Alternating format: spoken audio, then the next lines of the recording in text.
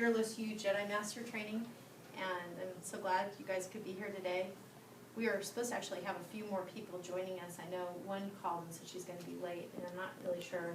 The other people had RSVP that they are coming, so I guess we'll just see if they come. And if not, I always know that it's just the right people who are in the room, so I appreciate that you guys are here today. Some people who've never been to any of my workshops and some people who are returning, so it's a nice mixture and I appreciate that. So hopefully you've completed pages 1 through 4 in your workbook, and I'm going to do some introductions and get us sort of lay the groundwork for today. My name is Dr. Pam Garci, and you can call me Pam, Dr. Pam, or Dr. Garci, or you can call me G-Money, which is my gangster name, or you can call me YRH, which is the nickname that I got from the Club Fearless Mastermind, which is Your Royal Highness. So any of those will do today. I will gladly take any of them. I was born in El Paso. I'm the third child of Don and Lucy.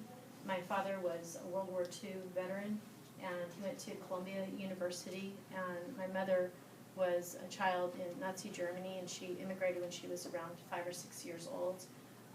To El Paso, Texas, and then grew up, and she went to Barnard College for education. She was a teacher, and my parents met on a blind date.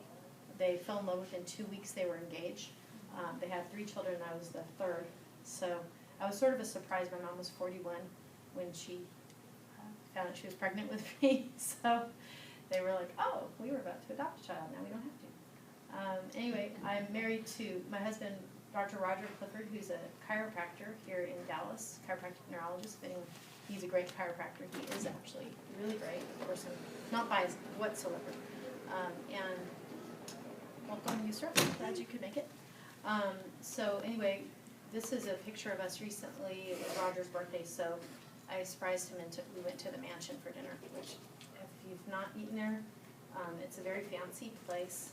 And I didn't really understand the concept of courses until I went to that restaurant, because everything they bring you, they completely clear the table, like new forks, new spoons, everything. It's pretty fun. We felt like royalty. And then we later found out that Frank Sinatra had eaten at the mansion with lots of bodyguards around him. So I'm glad I'm not in that era, because that would have really messed up our evening. Anyway, here's my kids. I'm mother of Brittany, Ethan, and Max, but they're out of order in this picture. We were at Maroon Bells. Let's see if I can, yeah, there's Ethan, Max, and Brittany. And that was not this last summer, but the summer before. And we were hiking. Anyway, Ethan just returned last night in the middle of the night. I haven't actually seen him yet this morning, but he was racing. He's a sophomore at Plano West, and he's really, really good at running. And so he basically is already in the varsity running, and so he was racing for Plano West in Lubbock. And then Max is really just a great kid, and he's over at Frankfurt, and Brittany is over at SMU now. She's studying environmental science, and just lucky with really great kids. So in terms of my career, I both serve as a clinical psychologist and as a success coach. So I work with people in different capacities. I also do trainings like this and do team building meetings, sometimes for corporations and stuff like that. I've been in practice 18 years, and in terms of my background, I've taken trainings from Dr. Albert Ellis, Dr. Aaron Beck, and Dr. Don Meichenbaum, who are all founders in the cognitive behavioral movement. If any of you guys are into psychology, you know who they are. Unfortunately, Dr. Ellis is no longer with us. A lot of these founders, were really amazing to be able to learn from, but not everybody gets that opportunity. And also, I worked as a professor of psychology for many years. In fact, one of our participants brought me a message from a faculty who I used to work with a long time ago, so that's kind of cool. But just lots of years of answering questions. I was the training director over at the Texas School of Professional Psychology for a couple of years, and was just really doing a lot of work in that capacity for a while. I did some volunteer work at UT Southwestern in the Rehabilitation Psychology Department. I was on their volunteer faculty and would supervise students for many years. But now I'm mostly just in practice and doing these kind of trainings.